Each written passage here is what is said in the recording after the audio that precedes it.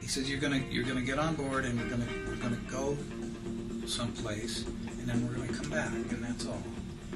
And he said, but I want to tell you ahead of time, your brain will no longer be the same. You will lose it. You will, because it won't understand and it won't comprehend what's happening.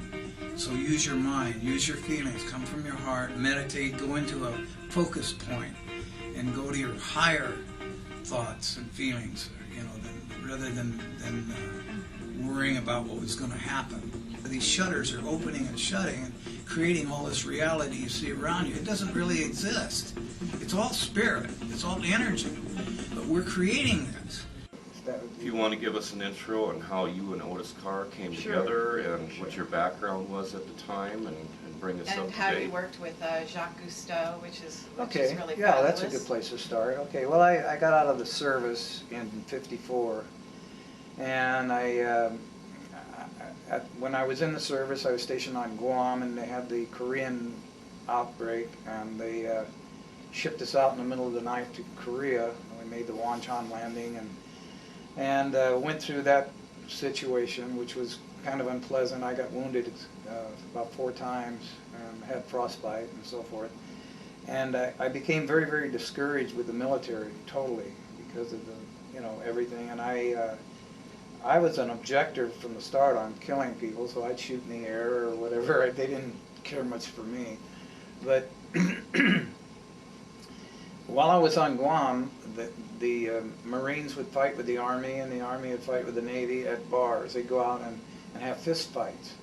And I preferred to go down to the beach and look around, and I finally got into scuba diving, or skin diving actually, with a snorkel, and found a whole new environment underwater, and I became fascinated with it. And so I kept developing that until the outbreak in Korea. When I got back to the States, I was in heavy weapons. I was in the 3rd Division, 7th Regimental Combat Team, which is nothing more than machine guns, heavy mortars, and big artillery. And that's, even though I had put in for engineering school continuously in my time in the service, they kept putting me back in the infantry. So when I got out, I didn't have much to go on except my interest in diving. So I started a diving business, a skin diving, scuba diving business in San Francisco, and eventually graduated down to Southern California, where my family, some of my relatives and stuff, in Newport Beach and Costa Mesa, California. And I met my first wife, and we got married, and had a couple of children. And I was diving on my own then. I was doing a lot of diving. I was doing abalone diving and research and development diving and recovery diving. And it was going along well, but my wife didn't like the idea that I'd be away for a couple of days on the boat and stuff, because the kids were growing up and they needed their dad and so forth. So, to make a long story short, I went to work for the manufacturing plant at that time for U.S. divers, was located in Costa Mesa or Santa Ana. And so I went to work for U.S. divers, which had developed the scuba, Jacques Cousteau's scuba gear. And they, right away, we hit it off because I am constantly a researcher and developer myself. So I went into the research and development department, and we take trips out to Catalina and test. My job was to test a wraparound mask at the one stage, and anyway, I got really involved with that. But we'd stay out longer and longer on research trips, and my wife was getting very insistent that I get something a little less dangerous and a little more domestic, home. So she found this ad in the paper. It said there's Advanced Kinetics is advertising. They need lab techs, laboratory technicians, and research technicians. Why don't you go check? because your interest has always been in science, and you're always off. When I get home, I'm always tearing things apart and stuff. So I went over there, and it was lunchtime, and everybody was out to lunch. I was walking down the hall, and I passed the director's office, Dr. Weinhardt, and he said, "Well, what are you doing?" And I said, "Well, I'm looking for a job." And you had an ad in the paper, and he said, "Well, they're all out to lunch now." He says, "Come in, let's talk. What have you done, and where's your background?" "I don't have any credentials except bumblebees and lizards and things that I've studied, and I found out that there's quite a bit of credibility to natural law that I apply to things, and it always works." So he said, "Magnetics, you're interested?" I said, "Yeah, I've studied magnetics all my life. I love it." And well, coincidentally, the guy that was working on our magnetic project just couldn't. He just left, and come to work tomorrow morning. You're going on the magnetic project. And I said, "Fine, great." So what it was I had a workbench, and there was a cathode ray tubes, firing electrons, and I had an oscilloscope mounted with a camera, high-speed everything, and through a magnetic field, I was firing these electrons. And he said, "Take pictures of them. The idea, your goal is to get one electron completely through the field without deflection, without it being pulled to the positive or negative." I said, "Fine, no problem. It's an easy job." So I just kept taking pictures, quite extensive and expensive. Every day, it was about $1,000 worth of work every day that was paid for by the taxpayers for the research. And I started questioning it, and my affiliation with nature told me that they were using force. Brute force. And it doesn't work with nature. It doesn't work with the laws of nature. So I said, this is never going to work. I can appreciate this guy leaving. He got fed up, and I was getting there fast. So I went home, and I'd gone to garage sales and collected. I had an audio amplifier. I had a frequency generator. I had different things at home that I tore apart a TV and got a cathode ray. I started the experiment on a small scale in my living room floor, and I set it all up and got everything the way I felt it should work. And instead of forcing the electrons, I pulsed them. I just gave them a pulse, and that's all I did. And they, on their own, started a circular motion. Attracted in their own pattern and how much they wanted to at a precision Yeah, and moment. they went from negative to positive all the way through to the end of the You're just feeding it back to the source. And I said, my God, that was simple, because the first shot went through, and then I did many, many more, and they all went through without deflection at all. And I said, I'm happy. This is going to give me a raise, maybe.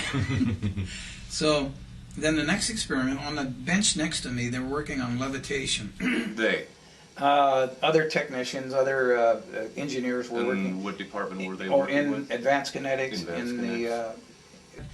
The laboratory was huge, and we had different, different workbenches, and they were working on lasers to the moon and levitation. So there was different Government interest, of course, involved in some of the projects as well. The government was funding this. This is all government-funded research. Department of the Army. I don't know. Just to get back to your story, though, of so you had developed this pulsing, Right. and in the next, you're saying next door? The next bench over, they were working on levitation, and they had these just coils, iron with the copper wiring, and they had steel balls, and they would put them on top and fire it up, and they would levitate the ball for, I think, 4 to 8 minutes, and it would burn the coil out. And they were called agliotrons, I believe is the correct term for them. And they'd have to go to supply and get another one, and get another one. They were burning up 2 or 3 or 4 of these. And they were in those days, that was the 50s, they were like $400 a copy. And they were just, we don't care, we got plenty of them. And they were burning these things up. So The other experiment I did at home was I took a 15-inch woofer speaker that I got out of a garage sale or, I don't know, sound system somewhere, and I put it just flat on the carpet on my living room floor and attached my audio amplifier to it, and I started experimenting with like acoustical levitation, thinking, well, you know, they're using this force to push up and they're using a lot of power. I'll try sound waves. I'll try you know, sympathetic vibrations or whatever. So I fooled around with different objects, and I'd have tentative results. It'd start pulsing and stuff, and then I put a ping pong ball in the center, and I kept fooling, and I think it was 28,000 cycles. I got the ping pong ball to come up.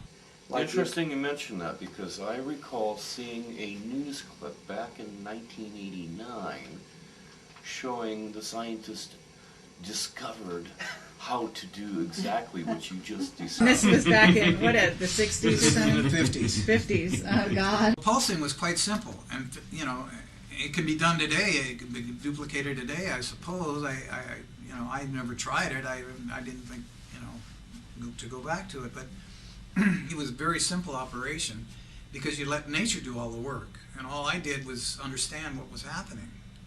So, and the same with the ping pong ball. Once I got it to levitate, I was excited as heck, and my wife said, come to bed, come to bed. So I went to bed, and the next morning when I woke up, the ping pong ball was still sitting there, just Levitating. levitating. And this Amazing. was like, I think it was 28,000 cycles.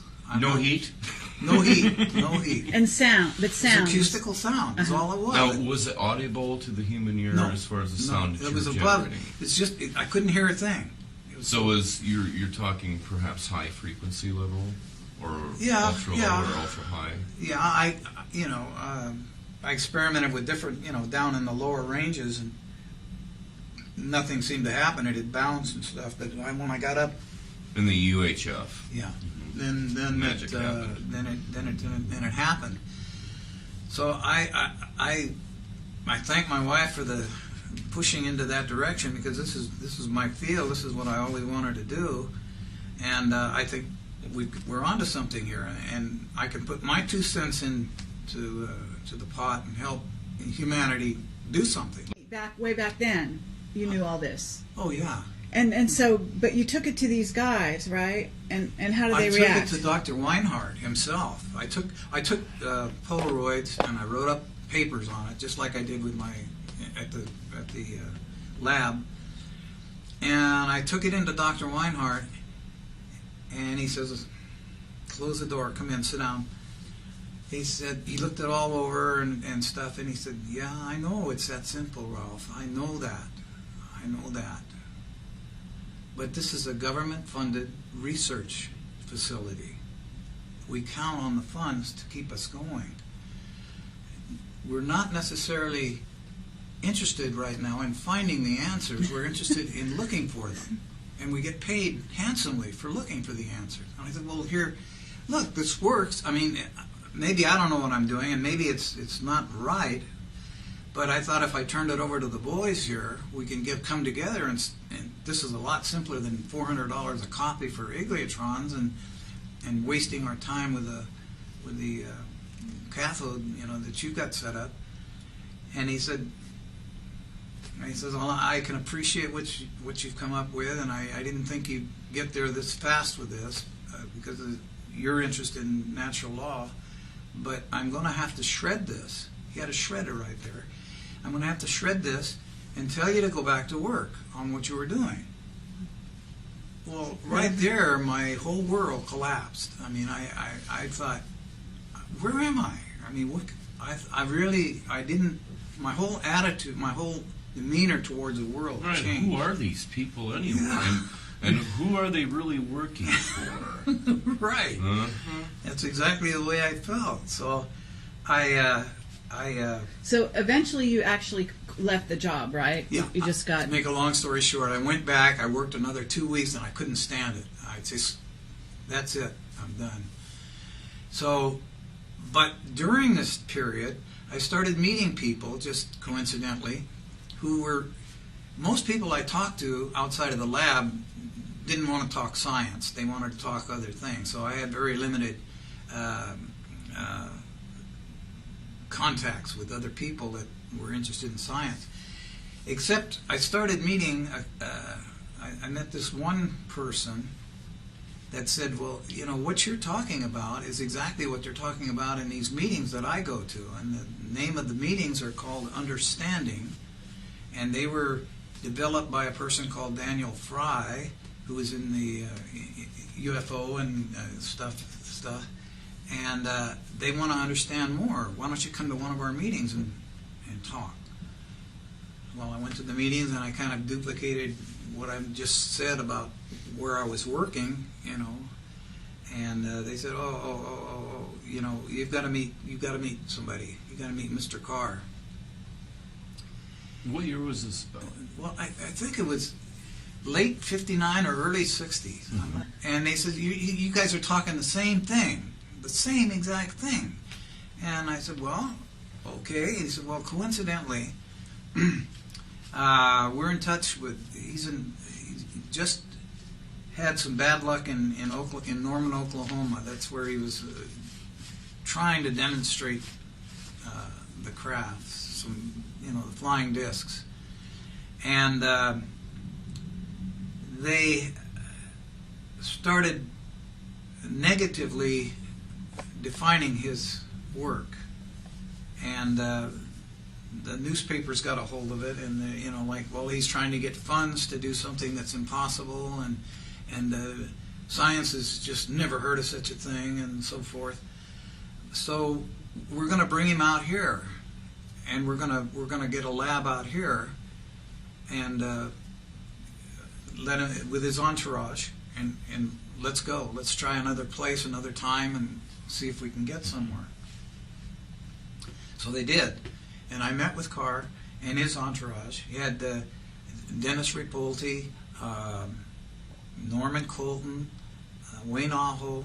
I don't know, there's about 6 of them. He had a little consortium going on here. And where was this based now? Where was your group based? Okay, this was in Costa Mesa, California, where these understanding meetings were, and that's where I met Carr. Okay. But they found out that they were after Carr. He was having all kinds of misses. They were trying to quiet his efforts. You know, they were trying to. When you say he was having misses, actually people were trying to kill him? Yeah. Yeah. Yeah. They were threatening, and then you know, he'd have to be very careful where he went because he'd find people kind of, you know, very curiously observing him, and you know, things like this. They already knew what you were up to, and they probably were following you as well as following him. That's a good point. I didn't bring this up, and I think it's important. You've heard by now, it's all over the place, about 3 Men in Black. Right. Okay, I'd never heard, this was back before I'd even heard of such a thing. These 3 guys showed up on my door after this experiment, and after Weinhardt had destroyed these things. Honest to God, they were in black suits, and they said, we're from the DeWalt School of Electronics, and we've heard about you, and we want to, can we come in, and we want to know about your experiments and what you're doing and everything. And I was a little hesitant, but I invited him in, and I started talking, and my wife said, no, these guys they don't feel right. Oh, Yeah. She's very intuitive. Yeah. And she had a bad feeling about She them. sure did. And I said, well, God, you can't kick them out. But they became a little more insistent on, well, give us how you did this, and I want the details and stuff. And they're not giving me anything back. They're just kind of taking it. She caught this, and she says, you know, I'm going to have to ask you guys to leave right now. You can come back later or whatever you want to do, but you got to leave right now. And she kicked them out of the house. wow. So Okay, so you started in Costa Mesa, and didn't you move out of there or yeah, something? the understanding group had a cabin. Some people, there was lots of people in the understanding group. There was, you know, I don't know, a couple of dozen people that we'd meet. Had a cabin up at Lake Arrowhead, which is down by Riverside, up in the mountains in California. And they said, well, we got to get Carr and you guys in a safe place. And there's a nice big cabin, there's room enough for everybody. go on up there, and then we'll keep working on what we're going to do. So I got up there talking with Carr and his proteges and his people that he had with him, and man, I just lit up like a Christmas tree. I mean, I was on cloud nine because I just, man, he was answering questions that I had on things, and I was answering questions he had on things, and it was just, man, connected on all kinds of levels. God, it was just the most wonderful time of my life. We were feeding the raccoons to keep our minds off. We were so anxious to get going on a project, and we got a phone call, and they said, "We've got you a place. It's just down the hill from where you're at on the other side in Apple Valley or Hesperia, California, near Victorville." It's coincidentally because all these people moved on feelings and spirit, if you will. Oh, And right. This is about the same era. I wanted to point out that George Van Tassel was having a lot of UFO meetings out at the Integratron near Joshua Tree. I'm glad you mentioned Van Tassel. I forgot. I had ordered from Europe Tesla's big book, and it did get to me. And I was going through all the patents and everything in the big book. And when this thing happened, with my wife kicking these guys out and everything, I got a little apprehensive. And I decided, I knew of Van Tassel, and I knew a little bit about his background. And this was before I met Carr. And so I took a trip. I got in my car, and because I was going to try and meet people that Will be more receptive. more receptive. And I took this Bible down to Giant Rock, Joshua Tree, California, and met with Van Tassel, and we had a nice talk. And I said, I was supposed to give you this. I can't. I'm out of this phase of this. I don't know where I'm going or what I'm going to do, but this is it. And I gave it to him, and I remember it was getting late that afternoon or evening, and I went out and laid on a hillside, and I looked up in the sky, and I saw hundreds, if not thousands, of whatever they were, UFOs, spaceships, Different various lights. shapes. Really? Yeah, they're like green lights or whatever. I don't know. There were hundreds and hundreds. They were coming over, and they'd stop and come down and go up and around. And oh my God, this is really, this is really. And I said, what is this for? And what I got was because you did what you did. And I was really. So it's like a thank you demonstration of a sort. Right. Wow. And I just, That's amazing. I chilled all over. Like, If wow, you build this is, it, we will come. oh man. So then I got back, and then they had set up the meeting with Carr, and then we got down into the laboratory down in Hesperia in Apple Valley, and we started setting up shop. We had a little machine shop set up, and we had all kinds of stuff to do things with. But we'd had a couple of models that they brought with them that were semi-operational. So the first experiment that I saw that just knocked my socks off was we set it up on one of the workbenches and attached not electricity but sound waves, if you will, or maybe it was. I think that we had I'm not sure. Anyway, and this was a small model about 2 feet in diameter, 2 or 3 feet in diameter. And they said, well, take a look at this. So they fired it up, hardly any noise, just a hum, vibratory hum. And it was made out of aluminum. And I touched the surface of it, and it felt good, but I could feel the vibrations. And so they kept increasing the energy, and then there was this feeling that it felt really like somebody had opened a door and a cool breeze was coming through. It felt really good. And at that time I went to touch it again, and it was like jello. It was getting soft. It was getting really, really soft, like I could put my fingers through it. Better than Jell-O because it didn't stick or anything. I put my hand in and pulled it out. Oh my like that. goodness! Like that. Yeah, And just- what did it feel like when your hand was Well- inside of the gelatinous material? Did you feel any? It was the same tingling that we were all feeling in this room. That we had accelerated our efforts. It's like what it was doing, we were doing. Oh, I see. It was, So it was you doing were that. you were sort of speeding up to kind of like in sympathy to those Yes, vibrations. Exactly. That resonance that you talk about.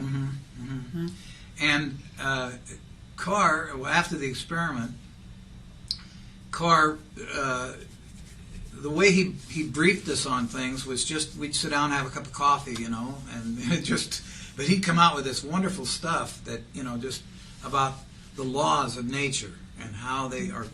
That is our whole essence, and if we ignore it, we're in trouble. You've got to understand these laws and how they work for anything. If you want a comfortable life, a good life, a happy life, and especially if you want to get anywhere in technology, you can't use brute force. And I had told him about advanced kinetics and everything, and he kind of laughed and he said, no. He said that he told me a lot. He worked with Tesla, and he'd known him for a while and worked with him.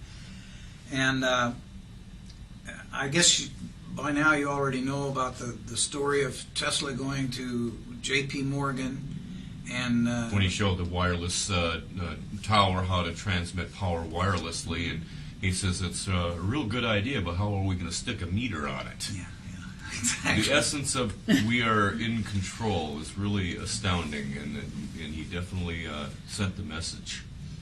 No more. He said, if we go your way, Tesla, we'll have no more copper mills, no more lumber. These trees for telephone poles and wire. And he said, well, that's the idea. You can stick a pole in the ground 30 feet and 30 feet, and I'll show you. We can get electricity anywhere. It's all around us. We're living in it. And Morgan said, no way, Tesla. There's no money in that. J.P. Morgan, from what I understand, was also one of the first, one of the pioneers in the military-industrial complex. He was the man. And soon afterward, he pretty much picked up the bat phone to the Washington and said, hey, we got this loose cannon on our hands, and the implications of the conversations pretty much took care of burying Tesla from thenceforth. And I guess from what I understand from reading some of the journals, they gathered up all his equipment and they shipped it off to Wright-Patterson Air Force Base. And then I guess they put him up in a hotel in Waldorf Astoria and gave him government stipend, and the agents were always on the prowling everywhere, interrupting his conversations and pretty much filtering out any connection with the outside world to him. Did Carr mention what happened to Tesla? Did he talk to you guys about that? Tesla became discouraged because of the lack of interest in what he'd take them a new idea or bring out a new idea and show them the simplicity. There's nothing to it, and they'd say, well, there's no money in it, forget it. And everything he'd bring up, So it was Carr's point of view that the Tesla was discouraged, but did Carr sort of relate his being hounded by the military or being, shadowed and so on as Tesla? being this, what happened to Carr as being the same thing that happened to Tesla? Yeah. In other words, did he talk about that at all, Carr, before he died? Well, I guess, I don't know. Carr didn't talk too much about the threats or anything that Tesla had, but I was under the impression talking to Carr that there were many, many things happening that were trying to keep Tesla under wraps, trying to keep him quiet. Uh-huh. And Tesla had told him at one time, he says, I may never make it in this generation to get these ideas out, but this is all just free energy. Free is, you got four elements, the sun, the water, the earth, and the air. They're all free. They have been forever, and they always will be, and we're not using them. We're inventing ways to put meters on them and sell them. They even were selling air at one time, and now they're selling water. And Who would have thought? Yeah. Yeah. So Tesla told him, all this that I'm sharing with you, and he thought the Carr was brilliant. He thought that, he was grasping everything that Tesla was telling him, because Carr had been into nature for years himself. He said, if I don't make it, or when I don't make it, he said, I probably won't make it, you take it and pass it on. And if you don't make it, pass it on. But it's going to get worse, because they've already challenged nature. Man, way back there, had challenged nature. And what goes around comes around, natural law. It will come back on them. Basically, Carr did exactly what Tesla asked him to do. Yes. He took it forward. Yeah. In a sense, you are taking forward what Carr. Oh, you bet. What Carr? I mean, you seem to be the person, that's like a descendant of Carr in that line. Am I right? Yeah. Yeah, I would say so. I mean, and it's so amazing to me that you're so unknown. Well, there was many reasons for that. Because we would like to actually know why you're so unknown. You know what I mean? Okay, I will tell you. They were all hit and miss, but Carr was always on, and I'd stay up all night. We'd be looking at the stars and talk all night, and never need any sleep. I mean, I'd go to work the next day and just feel pumped up all the time talking to this guy. I mean, he would just, wow. And I said, don't worry, we're going to get this thing going here. And he said, they're closing in. They know he's in California now. And we were on some of our experiments on some of the crafts. We operated different principles, and some of them would create a corona around the outside of the. Mm-hmm. We'd operate these little. The dielectric principles right. of the ionization process. Mm-hmm. And so, even though it was daylight, sometimes you'd see these things, and the people in the valley were that was the era of flying saucers and stuff. So they thought, oh my God, this place has got flying saucers around here and stuff. Well, that and the fact that the powers that were trying to reduce Carr's activities was following him, trying to find him. So he said, well, we're just going to have to keep working on this. Carr had made arrangements, and I went with him to meet with a representative of General Motors car company. And that, I think it was either Riverside or, I think it was Riverside. The guy committed to meet with Carr, because Carr told him a few things that interested him. And so I went with him, and Rapolti was there. And I think Aho was there. And in a very precise way, Carr said, we can levitate these machines now. There's no, we're get off the earth. We're killing a lot of animals. We're destroying the plant life. He says, within a year we'll have these things going, and we can start with the automobile. That's obsolete. We can get these things going. And then the homes, and which is my interest. I've always wanted, why not? Like the Jetsons, for instance, floating homes, and then maybe cities, and then maybe, countries. Who knows the end of it? But this guy got real aggressive and said, you put them up there, Carr, and we'll shoot them down. That was his words. You put them up and we'll shoot them down. Wow. And I was flabbergasted, like, well, why? What? Mm-hmm. He says, well, you're advocating an energy field that that there's no money involved. We can't, We have no means of controlling it. It was his premise here, right? No doubt. Because you're pulling energy out of the air, which is all around us, and using that to transport or teleport or whatever. So he basically, you guys just walked out of there and said, okay, what did Carr say? Did he say, okay, I won't do it anymore? Or did he say, what did Carr say? I'm just curious after that. I don't remember his exact words, but it was very sort of a humble. standoff. It was very, very good the way he said Oh, it to really? this guy. Yeah, he said, he says, it's only a matter of time till it comes back and you can't stop us. You Yeah. can't stop it.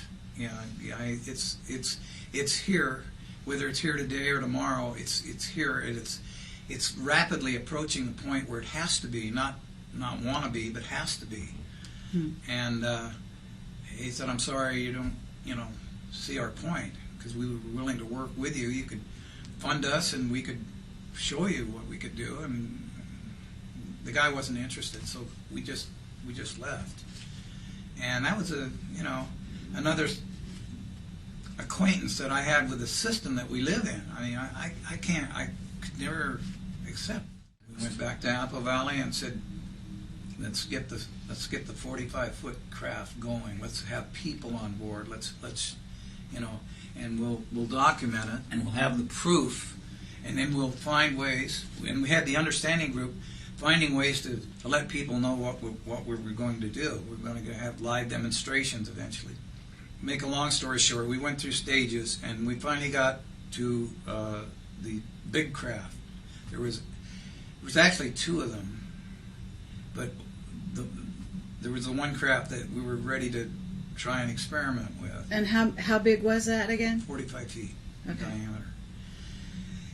And we were, by that time, we didn't have any fences or anything around us, and you could see the thing from the roads and stuff, and we knew that, only a matter of time till the looky-loos started getting there, but we didn't care.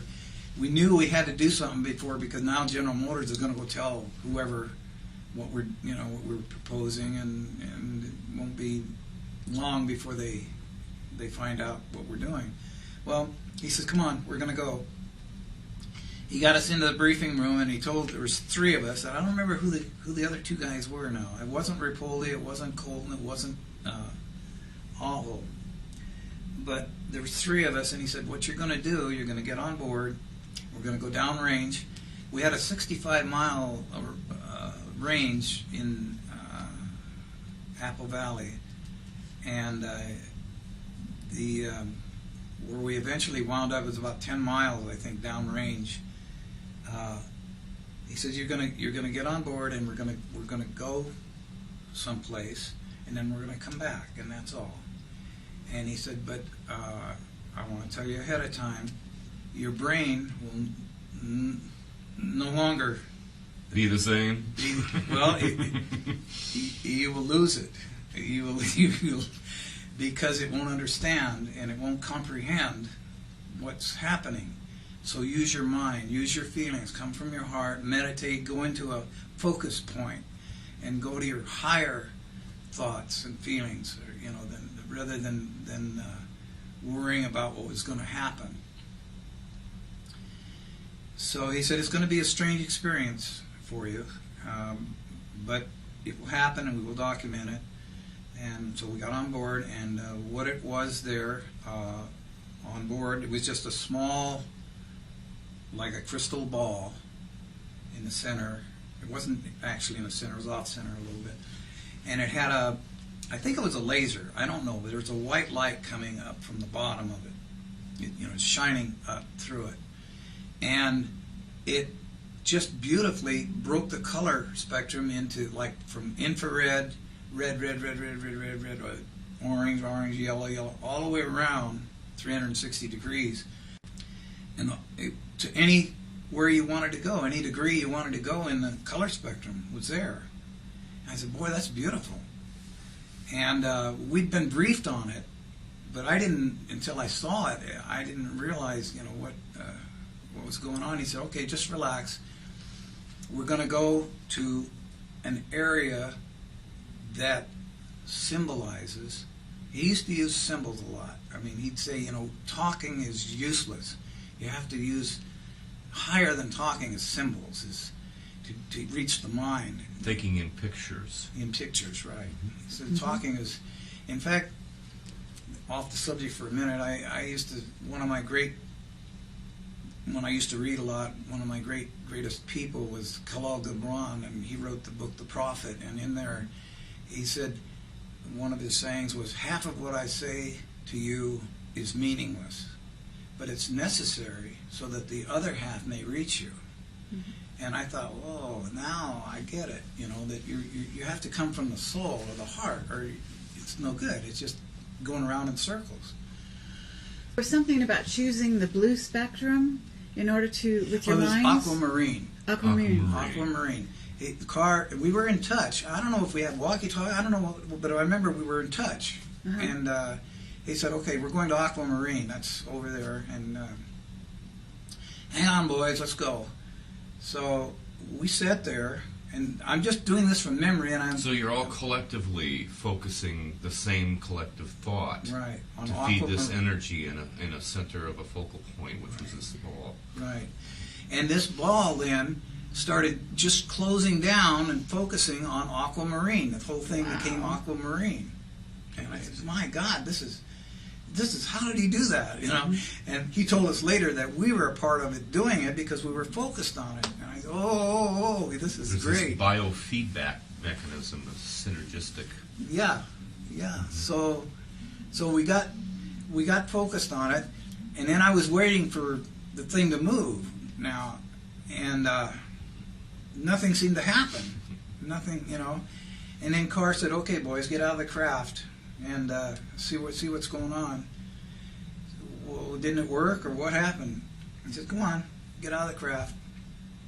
We got out, and we were downrange 10 miles where this Aquamarine area was. And within this whole process, you're talking about probably a few minutes. oh yeah, You know. yeah. I'll get to the timing in a minute on it. But so he said, "All right, pick up rocks, put them in your pocket, take some grass or whatever you can find, some tumbleweed, whatever you can find, and get acquainted with where you're at, because when you get back, you're not gonna remember any of this." I mean, that was the gist of the whole thing. So we did, and we got back on board, and then we were back. And we got out of the craft, went into debriefing, and said, "Well, what happened?" You know, we thought, it didn't work, did it? He said, "You don't think it worked? Check your pockets." And so we checked our pockets, and here's these dang rocks, and I had grass stains, I had everything. I said, "Oh my God!" But did you have you didn't have memory of No this? memory. Oh, amazing. No memory. Your memory was. Right. No memory at all. I remembered later being there and picking up the rocks, but then it was just like Like it was a dream or something. yeah, like it was a dream. Exactly. Like you advance your imagination to a point, and then you'd forget about it. Wow. And so I thought this is the most incredible experience I've ever had. And he said, no, it's simple. Your brain is there to operate your body. You're in a vessel here. It's an illusionary vessel that people don't realize, because we're creating it in microseconds. From one second to the other, these shutters are opening and shutting and creating all this reality you see around you. It doesn't really exist. It's all spirit. It's all energy. But we're creating this.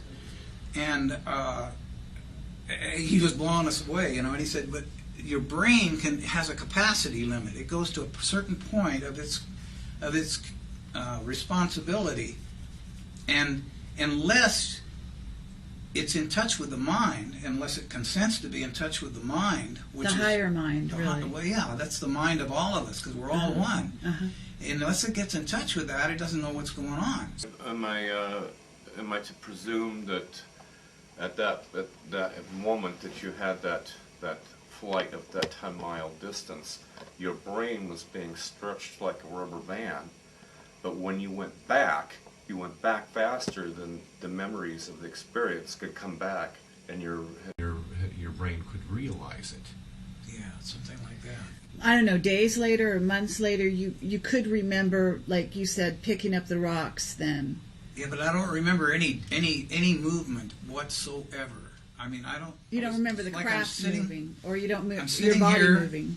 and the ball turned to Aquamarine, and they said, "Get out of the craft." We got out, and there was motion there. I don't remember too much of that, but I remember it being outside. And then I guess we got back in and back to the base. But to us, it was at least 15 minutes. Normal time. Normal time, yeah. I figured, we'd be gone about 15 minutes. So there's a time variation Yeah. going on here. So And Carr explained it. He said, like, Well, it's simple. People don't realize that man, in a sense, created time. Time doesn't exist in essence. It does when we create it, and we have a beginning and an end to something. We call that time. But it says, in a greater reality, there is no time. And what? That's like the eternal now. Yeah, and that we pegged it at 15 minutes, and he just a few seconds. He says he just went outside and back in time. I mean, it's just what you call it, what you created, is what it is. And since then, I've had experiences that have told me that just don't talk about it to anybody, because it doesn't. Most people are not interested because they're tied up with the creature comforts and so forth. And a lot of people, when I start getting close to it, they get a little fearful because they don't understand, that, and they of course think I'm. What happened after? I mean, you made that test flight, right? Right. And so you didn't make that many test flights after that. Is that right? You guys got closed down somehow? I did the one test flight, and then we did some things that were there at the plant, but we didn't go down range or anything, because it was just about within 2 weeks after that the FBI and whoever these other guys, CIA or whatever, No such agency. weirdos, they came in to the plant. They came over with all their bells and whistles and said that you're shutting down right now. And we asked why, and they said, well, because of your threat to overthrow the monetary system of the United States of America. That was their ploy. That was their. And the issues of national security and what have you. Mm-hmm. And we're confiscating everything. And they went into the offices, and they went into the lab, and they started just confiscating everything. And then they briefed us, or debriefed us, yes, and told us, in essence, this is you guys are wrong. You're attempting to overthrow the monetary system. and this is what we're going to do to you if you don't cooperate. That was it. Sign here, here, and here. Well, did they have you sign something? No, I didn't. I don't remember signing anything. And what about Carr? Yeah, they might have had him. He got really, really. His health started going fast after that happened, and I don't know. So I don't know. So you were working on this night and day, pretty much at that point. Right. So you guys disbanded based on these people coming in. Yeah, and they said you're no longer allowed to. On no uncertain terms. No uncertain You will terms, cease and and desist. we're watching you. And So what did you do then? What did you do? Did you just go home and did you try to work in secret at all at that point, or anything like that? I tried to do it on my own, which I found out is you can't do it. You got to have other people. So you and Carr, did you stay in touch after that?